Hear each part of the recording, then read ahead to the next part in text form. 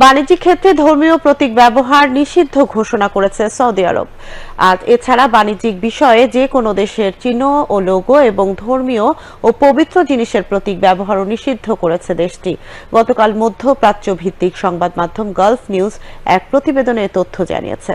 Saudi আরবের বাণিজ্য মন্ত্রী ডক্টর মাজেদ আল কাসাবি বলেছেন, এসব প্রতীকের পবিত্রতা রক্ষায় সৌদির যে প্রতিশ্রুতি রয়েছে সেটির আলোকে এই সিদ্ধান্ত নেওয়া হয়েছে। নতুন জারি করা নির্দেশনায় বলা হয়েছে, জাতীয় ধর্মীয় ও পবিত্র প্রতীক কোনো বাণিজ্যিক পণ্য, সেবা ও বিজ্ঞাপনে ব্যবহার করা যাবে না।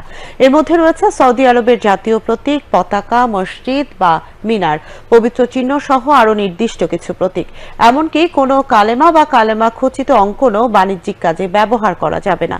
যারা এই নির্দেশনা অমান্য করবে, সৌদির আইন অনুযায়ী তাদের বিরুদ্ধে ব্যবস্থা নেওয়া হবে।